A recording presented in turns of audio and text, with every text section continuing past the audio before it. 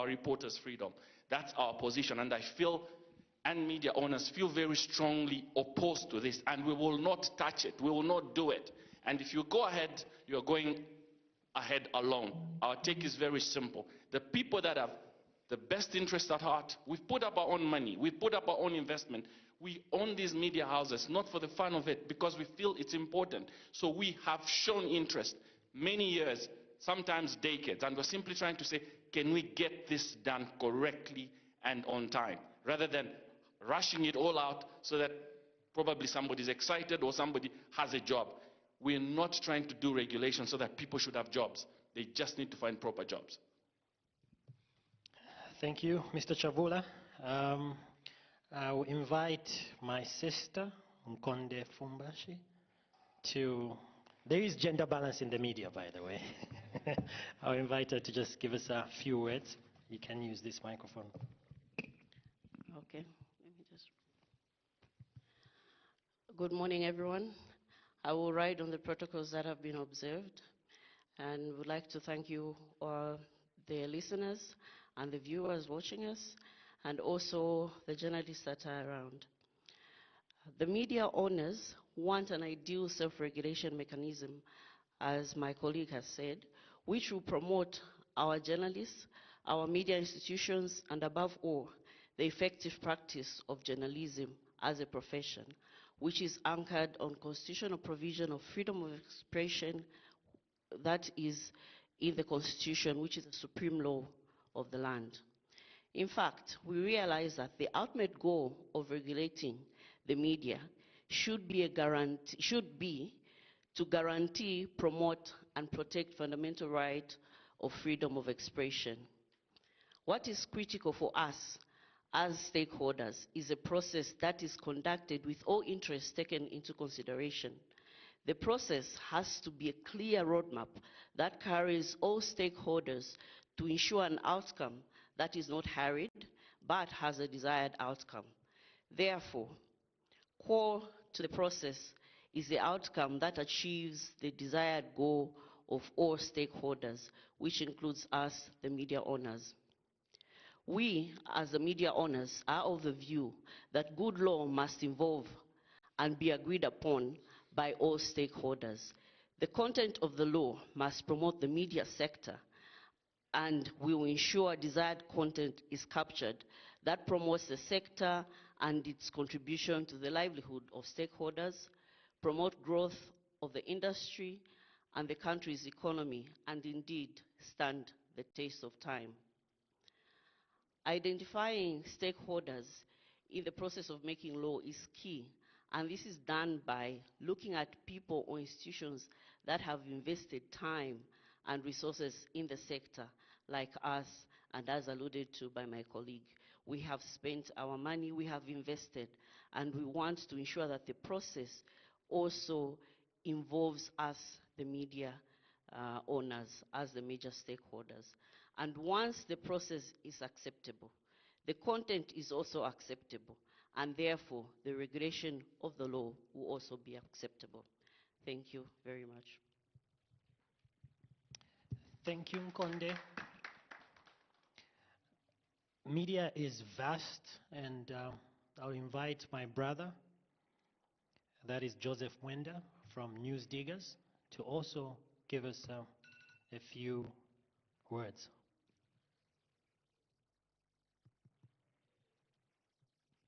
All right, thank you very much, ladies and gentlemen, colleagues in the media.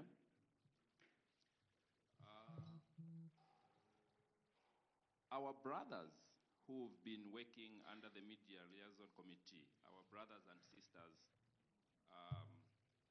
have spent a lot of time, drafting documents, running around here and there, and we have nothing against them. At least I can speak on behalf of News Diggers.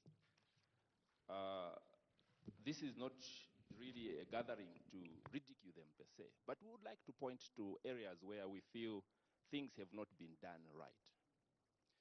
When the Media Liaison Committee visited our institution to put on the table what they were working on, the question we asked them was, what are you trying to fix? ultimately, that is what we are supposed to be discussing. If you are trying to create a law, there must be a problem that you are trying to fix. We are rushing to talk about media regulation and discussing whether this document is done well or this document is done badly, what should be included, what should be removed. But we haven't answered the initial question. What are you trying to fix? What problem exists that you are trying to resolve? For us as the media practitioners, I think that should be the main question we should be asking. We have heard people say, well, there is lack of professionalism in the media. Well, that's a general claim. Point to an issue. Well, there is a lot of fake news. Okay, so you want the media to be regulated because of fake news? Yes. All right, fine. What else? Well, because there's, too much hate speech, and the media should be regulated because of that. Yes. But there are laws already that exist that can take care of those challenges. I mean, it's very strange that we can be worrying about statutory media regulation as if we don't have laws in this country that can already fix the problems that people are complaining about. We are not saying we are blameless. We are not, none of us here can say that my media organization has never caused a problem, or has never erred, or has never published or aired something that is not accurate to the point. That happens every now and then. But there are already existing procedures that, that somebody can take as recourse. I can refer to Section 191 and Section 192 of the Penal Code. They clearly explain what constitutes the offense of defamation.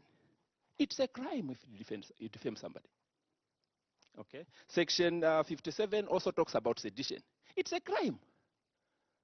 Anybody can go to court. Anybody can sue you under private law or public law. And you are going to be answerable for whatever it is that you have done. It doesn't mean that when you run a media organization, then you are immune to, to these offenses. No, if you commit a crime, you're going to be answerable. We have laws that we actually should be worried about already in existence.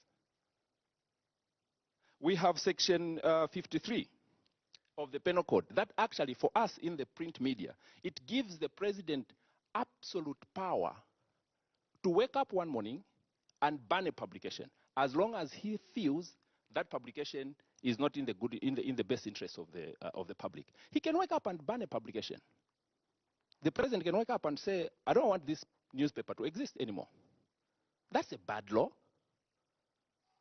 So the question again is, what is it that we are trying to fix with this statutory regulation? And remember, statutory self-regulation is not self-regulation. Let's not beat about the bush. There is a statutory regulation and there is self-regulation. If you are talking about statutory regulation, forget about self. You can't be in a household and say, in this house or at this farm, we are for statutory itself, we're doing it for ourselves. No. Statutory regulation talks about something else. And self-regulation is something else. Self-regulation is where this group of people who are gathered here come together and say, let's create a body that we all are going to abide to. And with this body, these are the incentives that are going to attract members to be part of it. And if you err, you're going to be out and you will not benefit from those incentives. Then you have a self-regulated mechanism. But when you talk about the state, when you talk about statutory regulation, it's not up to you. And our worry, ourselves as news diggers, and I believe I speak for a number of my colleagues here, is that this particular government may actually mean well. Because this is not exactly their baby. They found it. They may mean well, and they can say all the nice things about they won't abuse this law. But tomorrow, there will be another government that will take over, and they will take advantage of this. We have to be very careful what we commit ourselves to.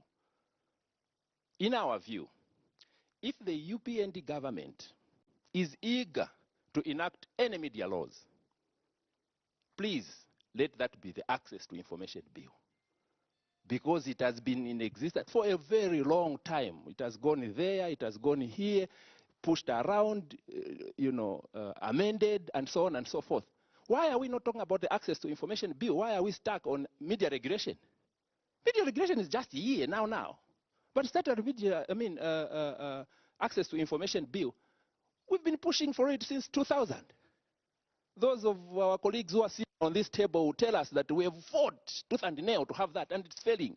Suddenly, there's some lightning speed associated to this media regulation bill, and that's a red light. We should worry. Why our colleagues who are in power telling us that this is more important than access to information? Access to information bill, by the way, is for every Zambian. But this media regulation bill, the statutory media regulation, is specifically for targeted, stakeholders. And those stakeholders, if they are unanimously here, as you can see the numbers, if they are saying we don't want that, then who are you doing it for? Please, our appeal is this. It is not too late to withdraw that draft bill. It is in bad taste, and we don't want it. It must be withdrawn at whatever stage it is. A bill can even be withdrawn from Parliament. No one should tell us that it's too late and there's no U-turn. We can't take it back. No, that's a lie. A bill can actually go to Parliament, presented, and then withdrawn. We have seen that. How can it be impossible to withdraw a bill which is the Ministry of Justice or at the Ministry of Information? It must be withdrawn because the stakeholders are saying we want to do it right and we want to do it with the right people being involved. Thank you.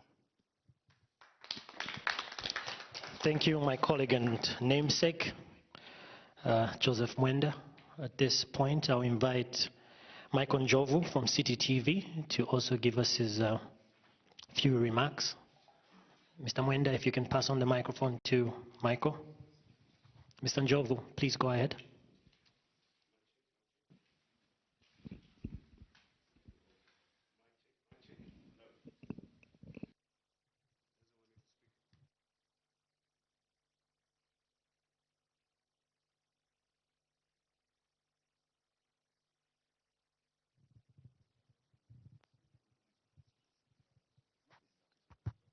Okay, thank you very much. To my colleagues on the high table, the media owners, and to the rest of the colleagues on the other side of the table that make it happen in terms of what makes news in this country. My name is Michael Njovu. I'm from City TV, and I've spent a couple of years in different departments of the media. And just based on what is going on today here, I've got three things that I would like to address. One is that we do not need an act of parliament to specifically tell us how to write the stories. We are capable of punishing ourselves if we stay out of the lane. Number two, we cannot allow this kind of media regulation to be left in the hands of individuals. Now I'm saying individuals because what you're looking at on the high table here is an investment for starters that has created a job or jobs for other people, which translates into other things as well. Now, having said that, you cannot allow a handful of individuals to write a code that becomes detrimental not just to the owners of the media, but yourselves as well. Come to think of it that you go to jail because for some crazy reason someone passed you the wrong information. And you did a bit of cross-checking, and in some cases, it checked out. But then you've got a group of people, now not in a bad way when I say group of people, that have literally decided to take it upon themselves and decide we will regulate because there are problems in the industry. And just to bring back Mr. Mwenda's point, the question is, what are they trying to fix? I did ask this question to the former PS, Mr. Kasolo then. I also asked him, I said, what are you trying to fix? And the answer has never come forward. The third thing, which I'll combine with the fourth one, is that it is not right for these people to buy space on radio, television, and say they've engaged the media owners. Unless I'm the only one who was not engaged, but I doubt if these people were engaged. Because in the absence of these media owners, there's no engagement of any sort. The fourth part, which I'm adding to the third, is that my appeal to the Minister of Justice, to the Attorney General, the entire Ministry of Information and Media, is that as media owners, we refuse what has been sent to you. It must be withdrawn at whatever stage it is. We will, in due course, be able to sit as media owners and discuss how we chart our own way in terms of how we want it done. Best of them all, access to information bill is what we're interested in. It's been 20 years struggling to hear what needs to be done. And sometimes, as a result of not having access to information bill in place, is what sometimes leads to what you want to call false information, because you have no access to certain documents. Even when you hear there's corruption in a particular ministry, you cannot go there and request for a certain document because no one is willing to let you through those documents because you are not allowed access. Thank you very much.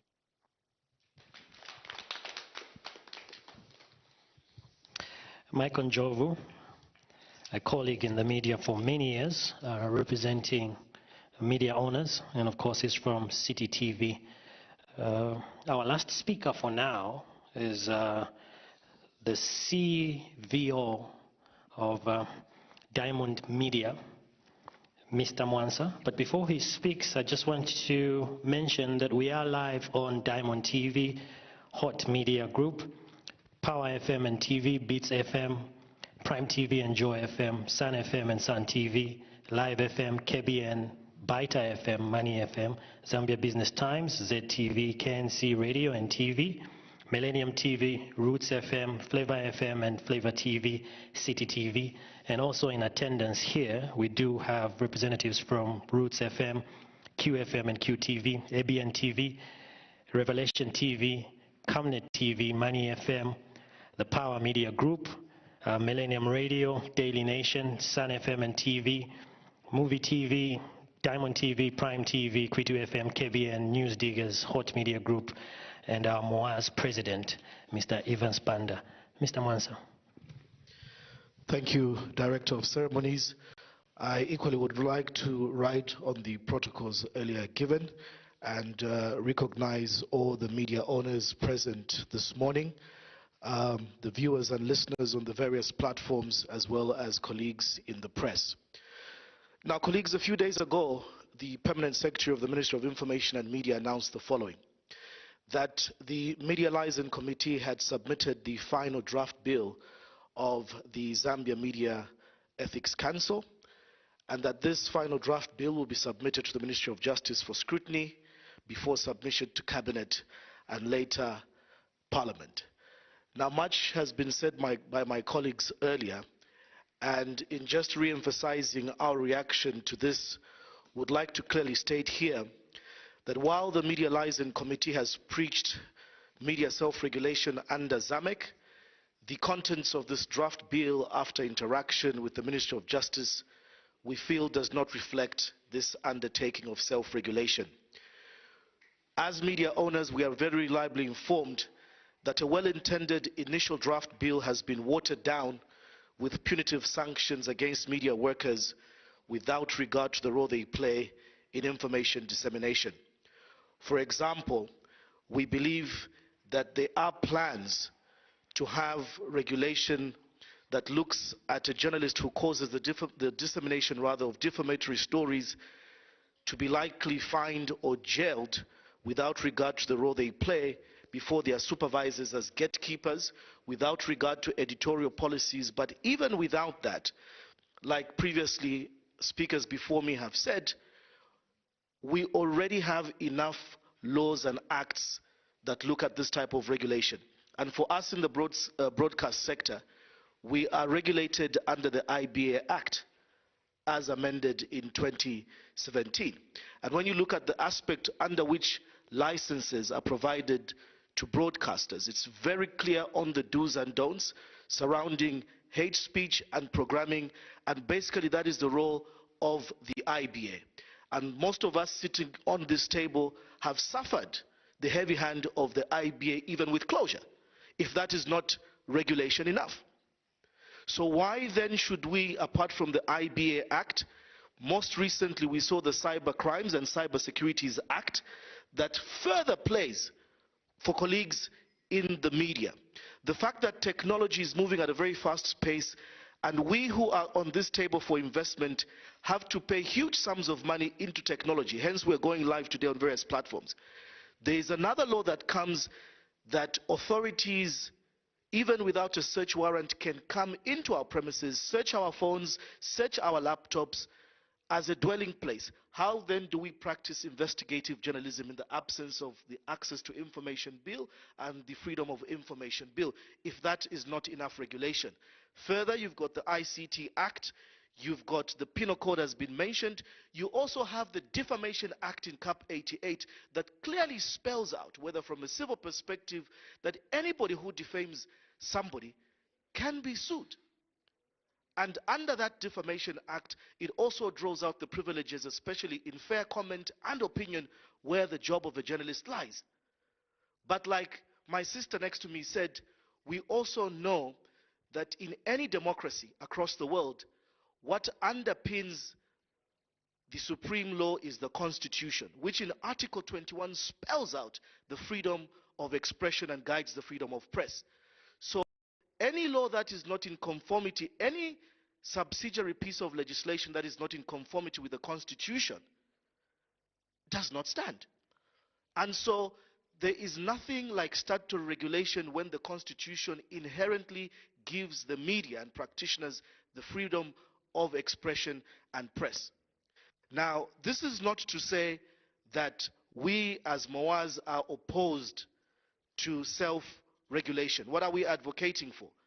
Like Michael has said, we do not need an act of parliament to specifically regulate how we write or speak. We have house styles, we have media policies within our newsrooms, we have training. What we are looking for is a press council by ourselves as media to clearly look at the professional and misprofessional conduct according to an ethical code that will voluntarily be agreed upon by those seated on this table, just like other professions like lawyers, like doctors and others have. I think when a lawyer, even lawyers who embezzle clients' money, before being taken to court, they have to appear before a last disciplinary council. Even medical practitioners who will cause the death of a patient, they go before a medical council. So why should journalists be arraigned before the dictates of police or before the dictates of a judicial process? By the way, let us not forget that under the same IBA Act is a complaints procedure. If any member of the public is aggrieved by the conduct or by anything published, especially for broadcasters, they are given the right to write to the media house, and 14 days in which the media house must respond. If that complainant is not satisfied, then they can proceed under that complaints procedure to the IBA, which we believe equally has a mechanism under which we're regulated. So why should we be duplicating the same? What are we saying of this complaints procedure under IBA and how ZAMEC will operate? But in summary, I know that those wanting to promote the so-called self-statutory regulation, which in any case does not exist, are saying we need to copy from the likes of Kenya, the same golden concept in Kenya. But if you analyze the Kenyan situation and the freedoms they enjoy via the Constitution, I think we cannot compare the two.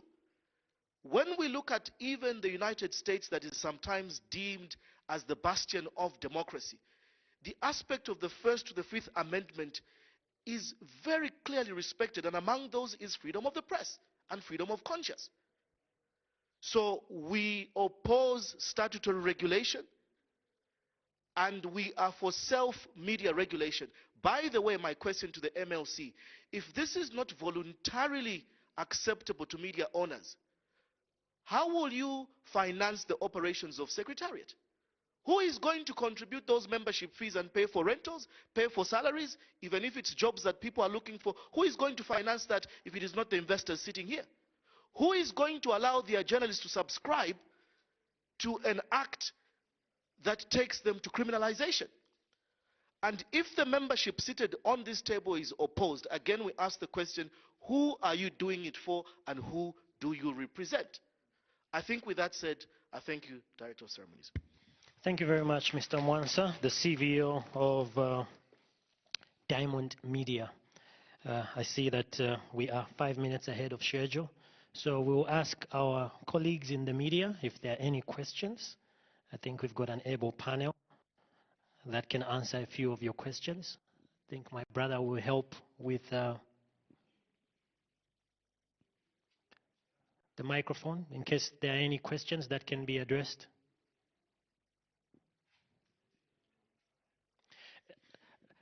You will not be fired. I know there are media owners here. Just feel free to ask. Please pass him the microphone. You're asking your employers the questions. No, I'll vouch for you. Please feel free. Okay. I hope you can get me. So I'm actually speaking. This is rather. Okay. So I'm actually speaking on behalf of. Sorry, you can give us the name and the institution you're coming from. Okay. So my name is Donald Mumba.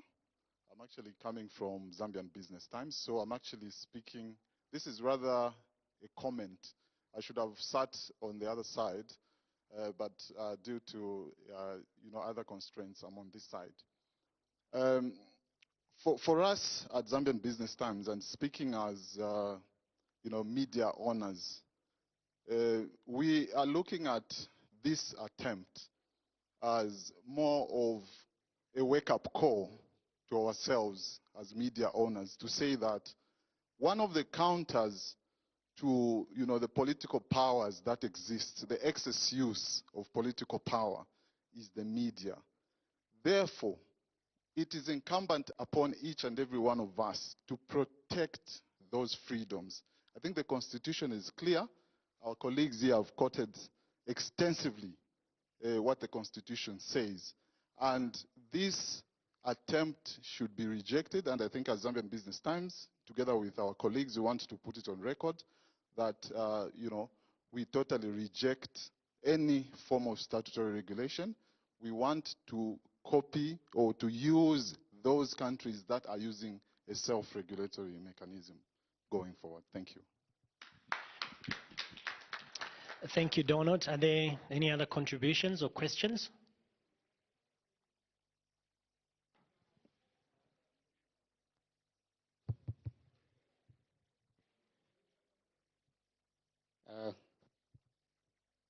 My name is Innocent Piri from Movie Television. My question, I want to find out. Sorry, Innocent, if you can just move somewhere there. Yes, once again, I'm Innocent Piri from Movie Television.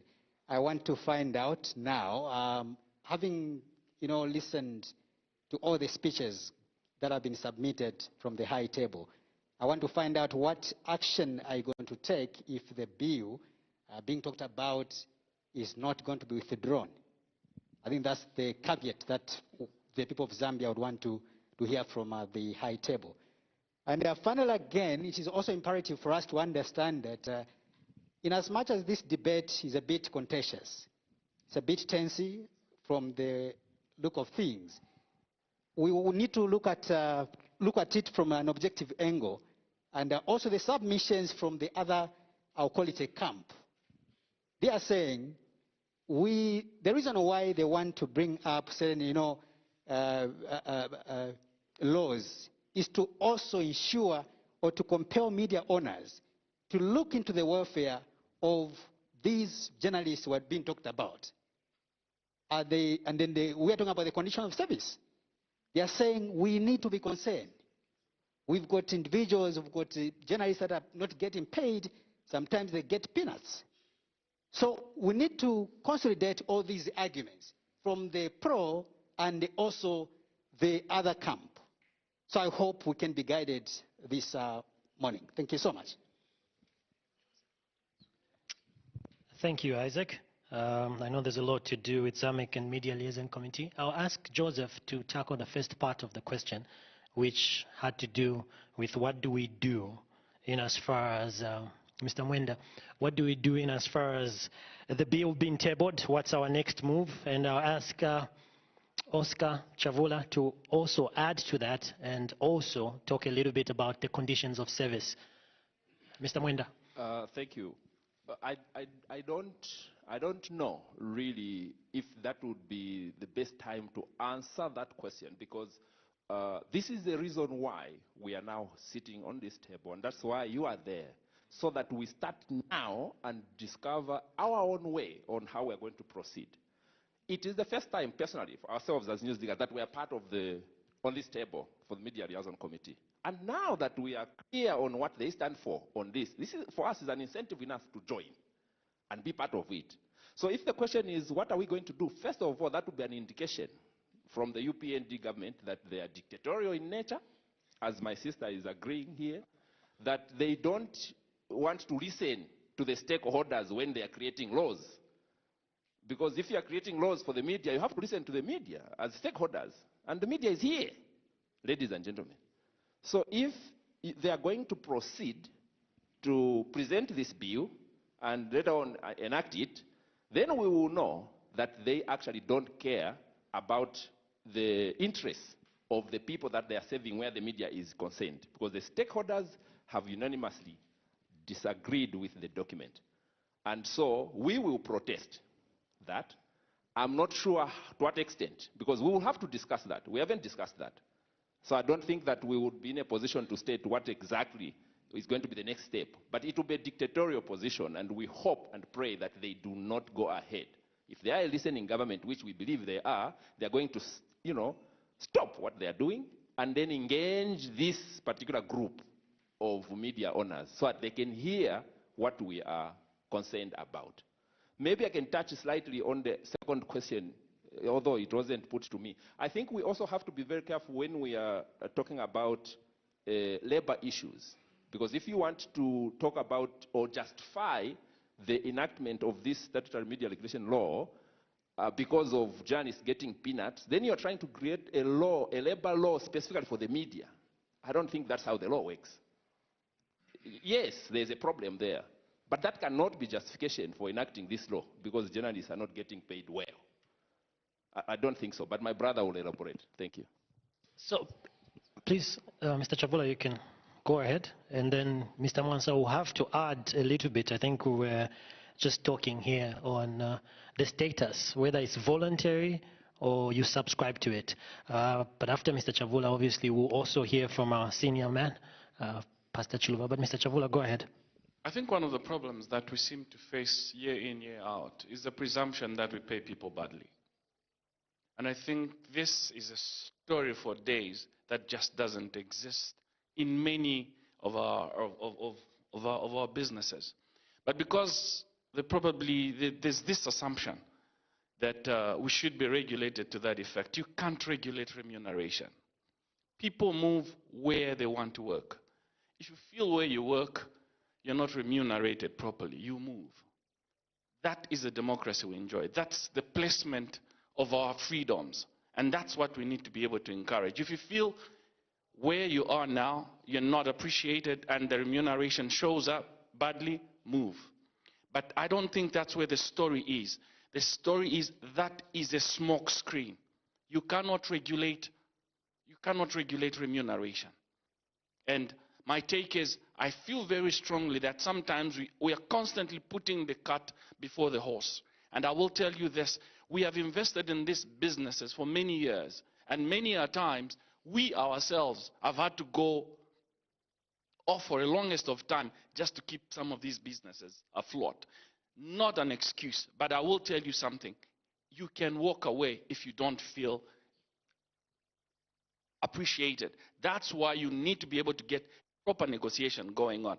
But to come claim that at any one time there should be regulation as to how people should be paid in the media, I think that's going a stretch too far. Purely because where is the income? How are you going to see that there's so much money in there for you to get such a percentage? It's a fallacy. Now, our take is we would, as media owners, we would love to look after our journalists and the many other employees have in the businesses. It's not just about the newsroom. It's about the driver outside. It's about the cleaner. It's about everybody. And we invest in this business not because it's a joke, but because we feel it's worth doing. So it's important that every time this thing is being brought about, it's being brought about by people that are entitled. And I don't think that's where we're standing today. Our take is very simple as media owners. We would want to look after practitioners and all the ancillary people within our systems well. And we intend to do that. But regulation is not. And I must emphasize, regulation is not one that you can throw at remuneration. It's not the way it works. Move if you feel uncomfortable. Well, I think we need Pastor Chiluba to add on to that. That being said, there's been a lot of talk about obviously the MLC, ZAMEC, and different assets. And I think I must mention quickly here that the different media owners here run businesses that have departments beyond journalism and journalists. I think they are technical people, they are content developers. So we have much more in our bodies than just journalists. But that being said, I know Mr. Tonga from Power FM and Power TV will have a few things to say. But Pastor Chiluba, if you can quench the fire, please. Maybe I may pour paraffin on the fire. Good morning, ladies and gentlemen. Allow me to observe and acknowledge the media owners on the high table and those that are not sitting with us or protocol observed. Mr. Master of Ceremony, I am a little bit lost. Sitting here, I am now hearing of the media liaison committee. But from the church background, when you hear the mother bodies, Evangelical Fellowship, or any other mother body, it means you are a member. You subscribe. At one point, you have to fill in the form to say I'm a member, and you acknowledge that. I've been reading about this MIOC. Since I started the media, they've never visited me. They've never contacted me. I don't even know them. I don't even know who sits on the committee. Why should somebody come now and say we want to regulate Cabinet? Should I start speaking in Nyanja like my brother Shawai? I think it is not fair when we are doing these things and coming up with such thoughts, visit the media houses. Like my brother said there, nobody has ever visited Cabinet to come and tell us or explain who they are and what their agenda is. So to come and tell us, start regulating yourselves, do they know that even in preaching, once you say something which is against the government, from the pulpit, you hear people saying, Seluka Monsapat. Even from the pulpit, we regulate ourselves. The sermons, what you can say, what you cannot say. Even during the operations of Camnet TV and the media, we regulate ourselves. I think this is rejected on behalf of my wife, on behalf of Camnet. I am not part of it, and may God bless Zambia. Thank you, Pastor. There was a statement, obviously, that was released by MOAS through our president, Mr. Evans Banda. And if I may just read a line from the statement. What we understand as Media Owners Association is that the Media Liaison Committee was an organizing committee for the World Press Freedom Day. So that's how it started. Pastor, Mr. Mwansa, brings in the element of voluntary. I just want to quickly address my brother Innocent on the issue of what if the bill is not withdrawn and issues to do with membership. I think what you need to be wary of, and this is why employers and investors in the media here are concerned, that when you talk self-regulation, it's not a forcing matter. If you look at the practices across the world, look at South Africa, for example, They've got a self-media regulation. There are some media houses that don't subscribe to that. In other countries, they've got statutory, some don't subscribe to it. Because mind you, the whole essence of ZAMEC is to look at the professional or misprofessional conduct of us, the journalists. It's not supposed to play a regulatory role. It's supposed to look at the professional conduct. Now, among other things, if you look, I don't know how many have read the proposed ZAMEC draft and the constitution. It looks also in a certain section at membership. Again, you choose, in a democracy, you choose where you want to affiliate to. And we are not sitting on this table like Mr. Chavula and others here have said. This process of ZAMEC hasn't started today. I see Joseph, at one point there was Press Freedom Committee of the Post. I see Joanne there. I see former PS Mwamba here. This thing hasn't started today. I've got George Chomba there. There was a point, those of you who remember, where 5 media houses came together. There was Movies, ZNBC, Daily Mail then, Times of Zambia and the Post. And they refused any donor to finance ZAMEC. They refused any government financing of ZAMEC. Mind you, should you bring about statutory regulation, there is a possibility that then you start asking government to finance secretariat. That means you're captured. That means you're not free. That means there's no voluntariness. So the question of if the bill is not withdrawn, it's not a forcing matter. Unless you're saying the bill then will look at withdrawing our licenses. That if you are not a member of the statutory regulation of ZAMEC, you cannot operate. So if they go ahead, all we are saying on this table is that we will not be part of it, we will self-regulate.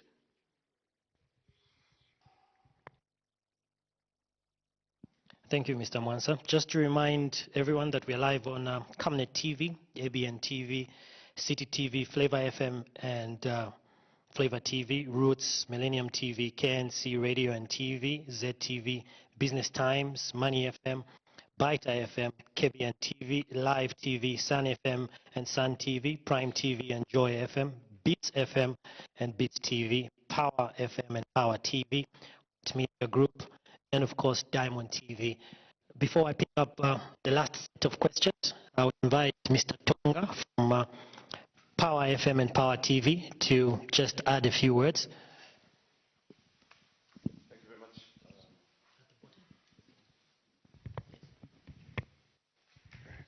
Okay. All right. Thank you. Really, I think Mr. Chavula touched on what I wanted to say when I put my hand up, but mine is to do directly with the remuneration of journalists. Really quickly, I'd just like to make it clear that a media house is like a human body. There's so many departments that make this thing work.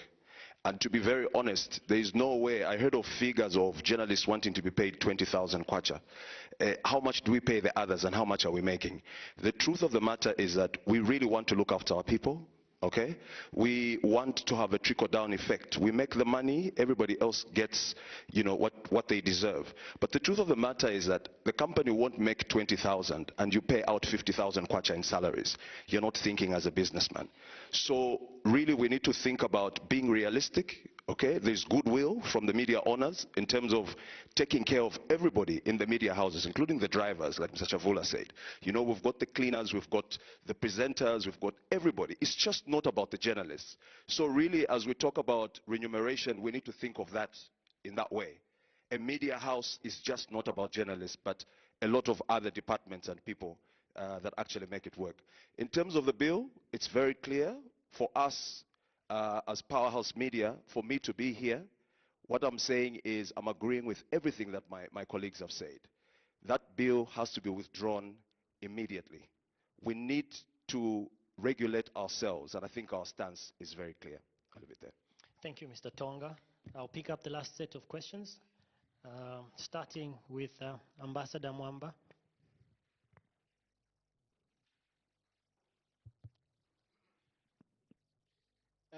Good morning.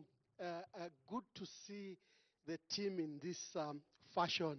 I love unity, and to see the broadcast and media owners in one house, under one umbrella, under one table, I think provides encouragement. I'd like to see that unity among journalists as professionals also to come together. You are right, colleagues. This process hasn't started today. For us that have been pursuing it, you can trace it back to 1996 when Deepak Patel was the Minister of Information, and then there was a very vibrant MISA, and the issue of regulation came up. Do you self-regulate or it will be statutory regulation? And we've engaged in that debate, I think, the last 30 years. Along the way, there have been, many committees that have come, and this process of regulation fails because we can't bring all stakeholders on one table. The team led by, Mr. Ngoma and Media Liaison Committee, what was the trouble in reaching out to you and meeting you and hearing your concerns?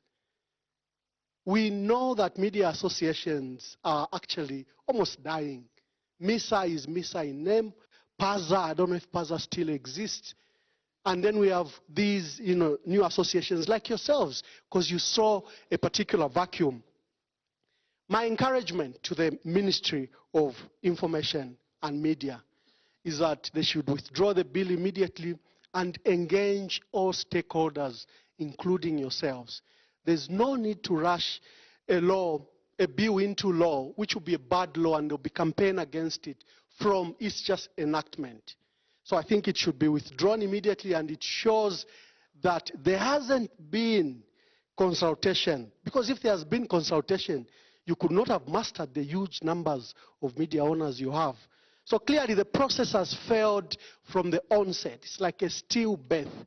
Ministry of Information has to get back to you and has to get back to the basic principles.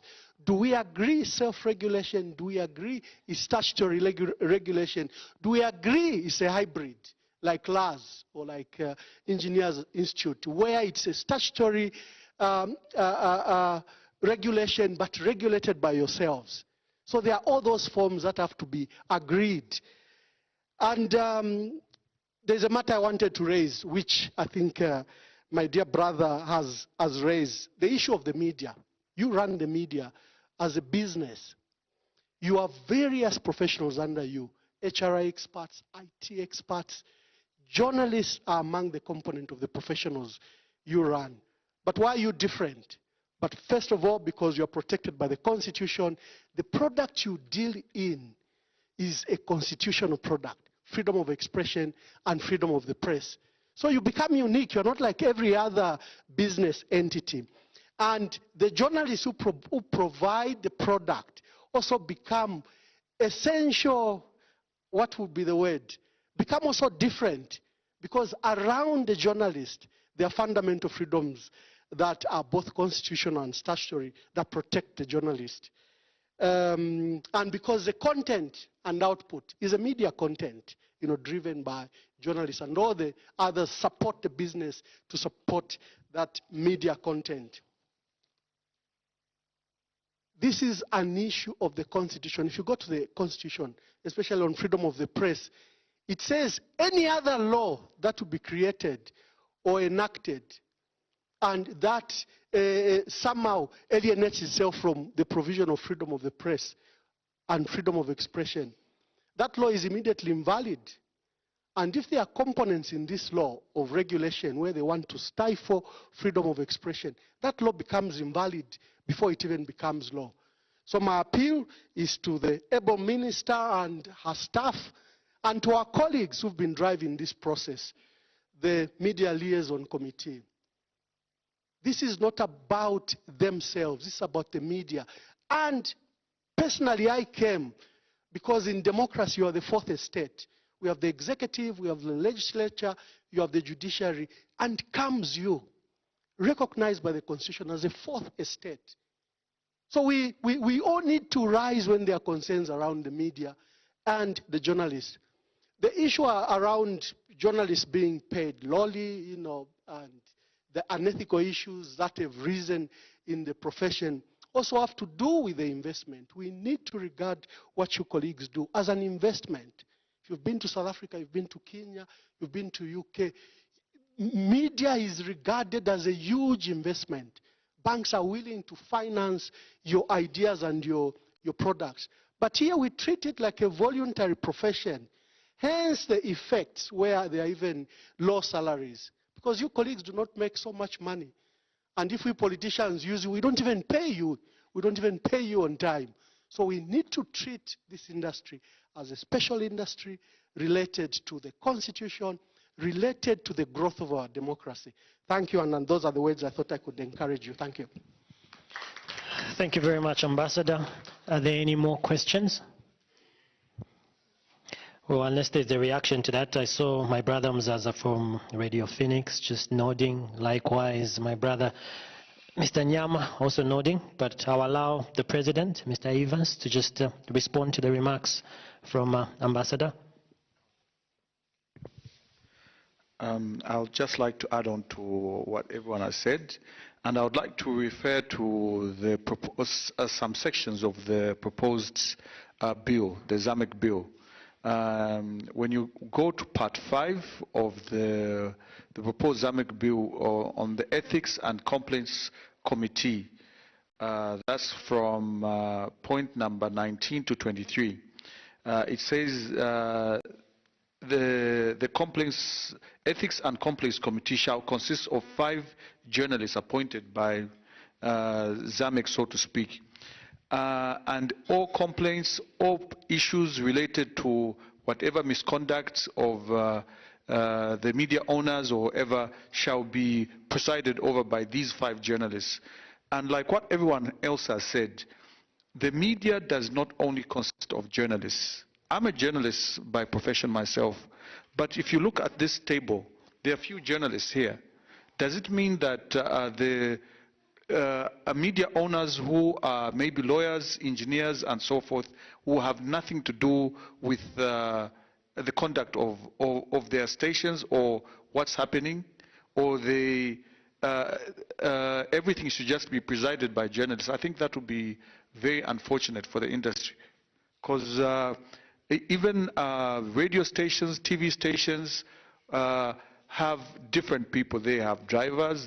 Most of the people here are cameramen. So does it mean that the cameramen who are here, who have nothing to do, it's only the journalists who have a say over anything that happens? We think that is very wrong. And this is what we've been telling MLC, so to speak, that most of these clauses here, clauses that they have, are not in the interest of the industry, but are just in the interest of the journalists.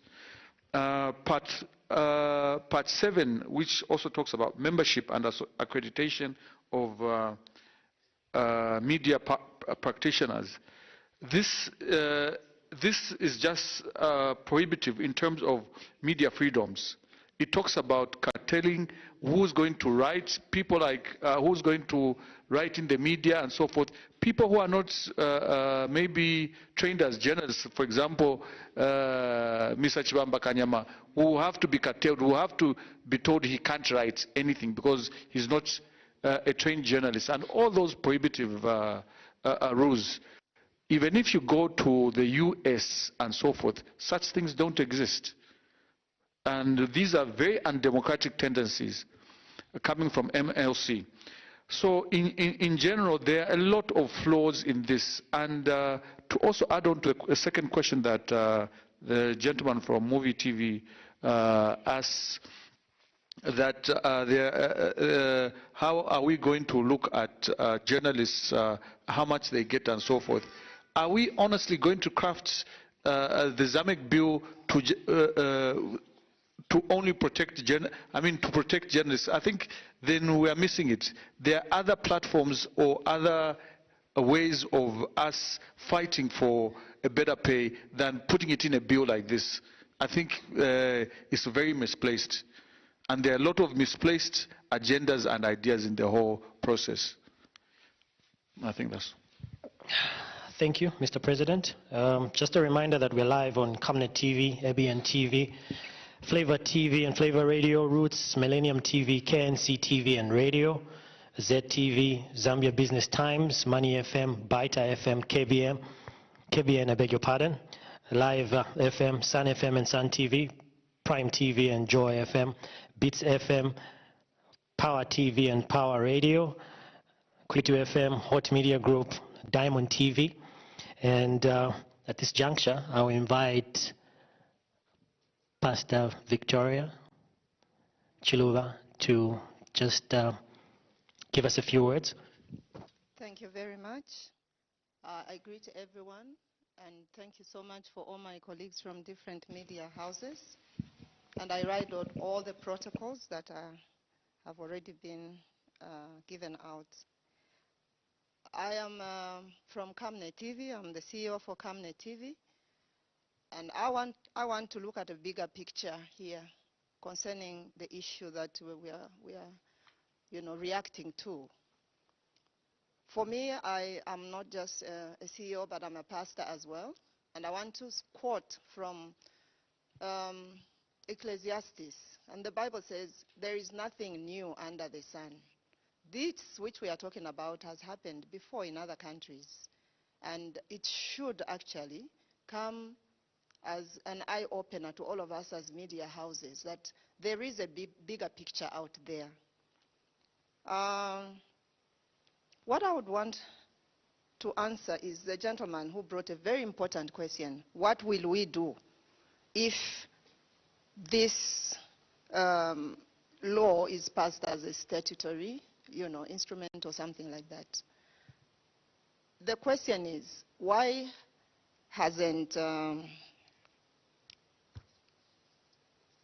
this Media Liaison Committee engaged us to find out what are the challenges that we've been facing?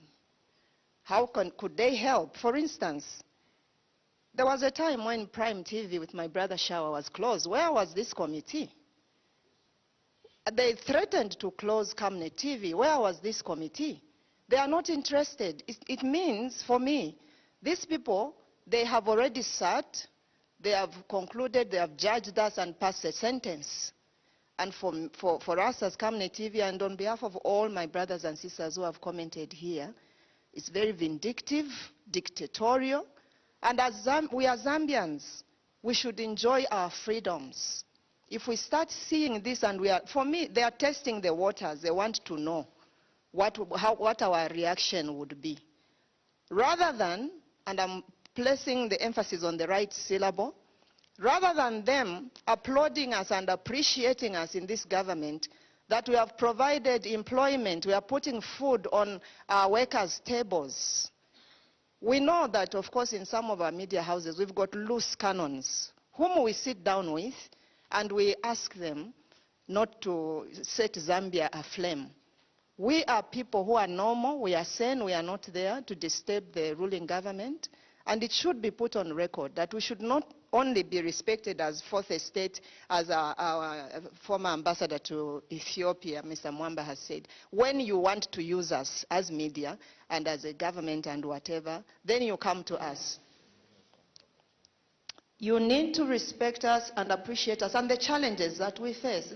We've been sacrificing, we've invested so much finances in wanting to develop, our media houses and just making sure that we regulate everything and ourselves. So we say we don't want this thing to be passed. And who is beating these drums? Who is really saying these things? Are there some invisible people that we do not know is just wanting to cause confusion, which I think this is confusion? Would want a situation where they ask us what challenges we have and how they can solve and help regulate. If anything, I would be very happy if this Liaison Committee can sit with our president and the government and say, can we put some money? Can we help the media houses stop their struggles because they are not paying their workers well? How can we give them grants? That one will come. Thank you. Thank you, Pastor. So much talk about constituencies and, of course, the Media Liaison Committee. Who do they really represent? Unfortunately, we need to come to the end of the press briefing.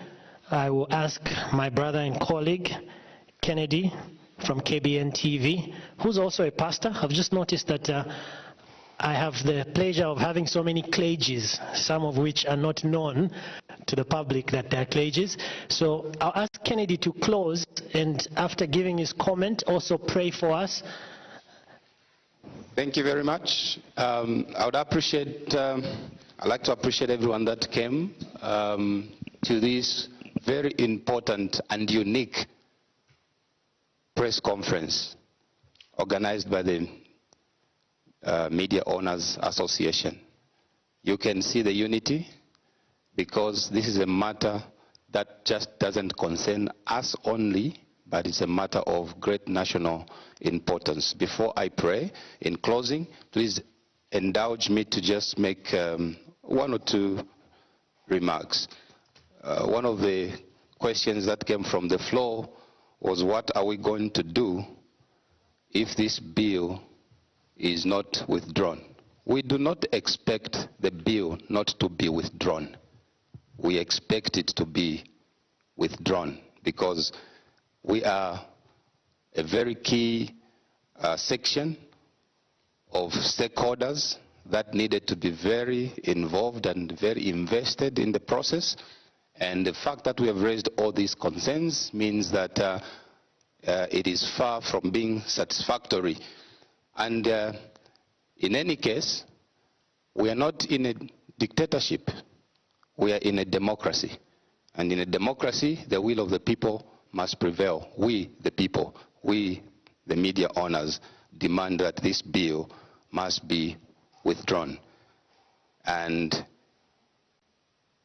we make an earnest appeal, as all our colleagues have said before, that can we then instead have the enactment of the Access to Information Bill? That is more important than regulating the media. And lastly, this ZAMEC bill, if you look at clause 30, it says a media house and or media outlet or media practitioner has the right to exercise such rights as provided under the ZAMEC Constitution.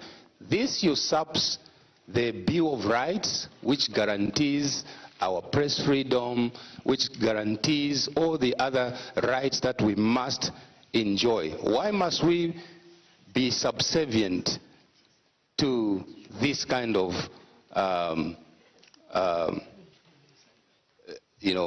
law? I think we reject it and we say that it must be withdrawn with immediate effect. And if we have to go to the drawing board, let's go to the drawing board. We do not want statutory regulation. We want self-regulation. Having said that, Kennedy, sorry, I have to come in. Since we are media owners, there's always breaking news. Right. Seniority has preceded. I think Pastor Chuluba insists that we need to hear from Moses from QFM and QTV. Moses, please give us a few words before Pastor. Thank you very much. Thank you. I've been in this industry for the last 21 years, actively. And TV, we've done it for the last 6-7 years. Radio for the last 21 years. The committee that has been pushing this MSL, I've never met them before. They've never been to our office before.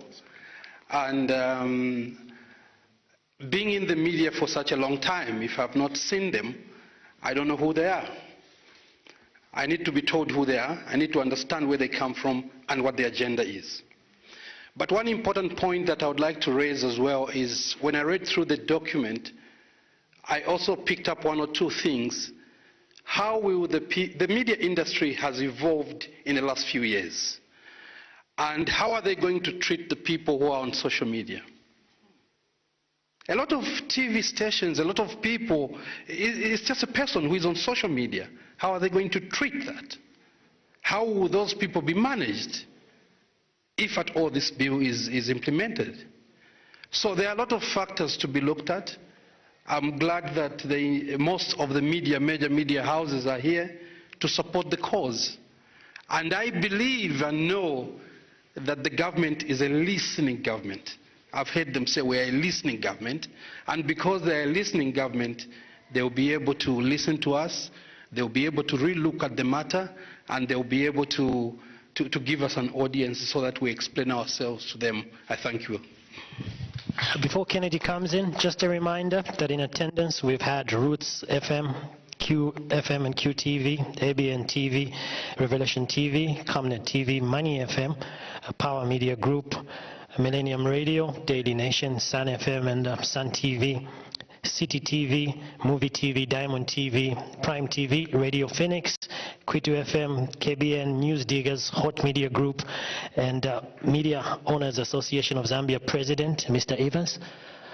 Mr. Kennedy, please lead us in prayer. Let us pray. Our Sovereign Master in heaven, we are grateful for the privilege that we have had to meet as citizens of this nation.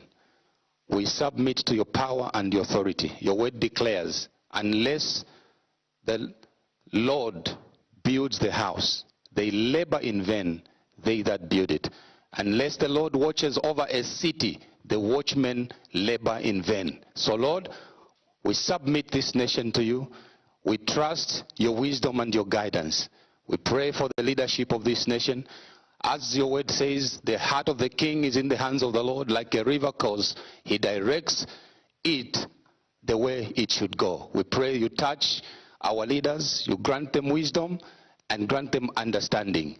We bless your name and we honor you. In Jesus' most precious name we have prayed. Amen.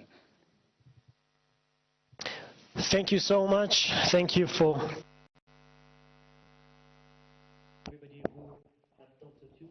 I would request that media owners just wait a little bit. Well, those are